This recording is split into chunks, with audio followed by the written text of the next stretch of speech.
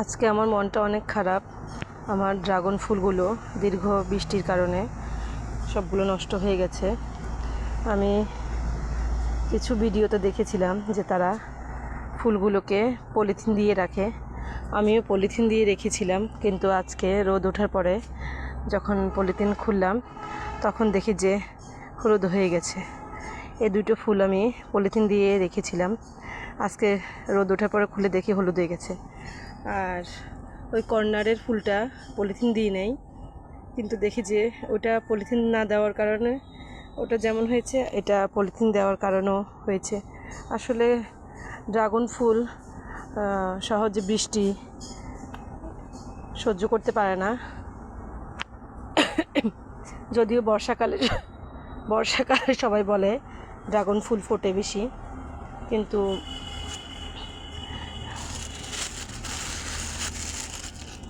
মাশাআল্লাহ এই ফলটাকে পানি থেকে রক্ষা করতে পেরেছি।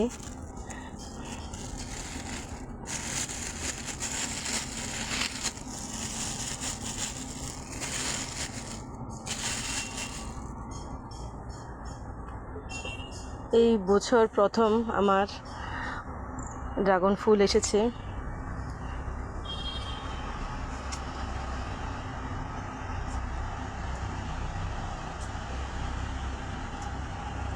প্রজাপতিটা দেখছেন, সে বসছে না, তাকে ভিডিও করতে পারতেছি না, সে হঠাৎ করে কোত্থেকে আসলো, আপনারা দেখছেন কিনা জানি না।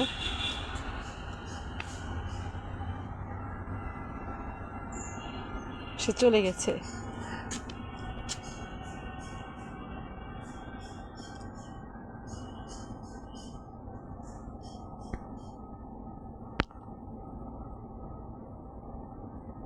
এখানে একটা ছোট্ট ফড়িং বসেছে।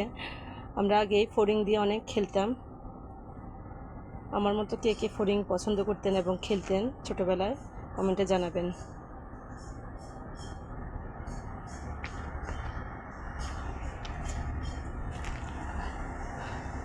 আসলে আজকে অনেক অনেক অনেক বেশি খারাপ লাগতেছে আমার ফুলগুলোর জন্য।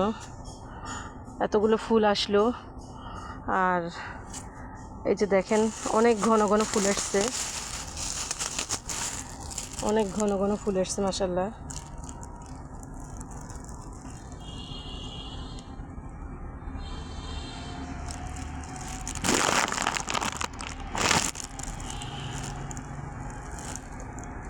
কিন্তু কিছুই টিকতেছে না। ফুলও আসছে ঠিক এই সময়, বৃষ্টিও শুরু হয়েছে, কিছুই টিকতেছে না।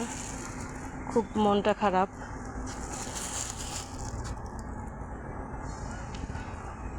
আর ড্রাগন ফুলের গুলা খুব ধাপে ধাপে আসে, এক পর্ব বড় হয়ে যায়, আবার আরেক পর্ব ফুল ফোটে, আবার আরেক পর্ব ফল আসে, ঠিক এভাবে। কিন্তু আমার যে পরিমাণ মাশাআল্লাহ এবছর ফুল হয়েছে, যদি ফুলগুলো সব টিকতো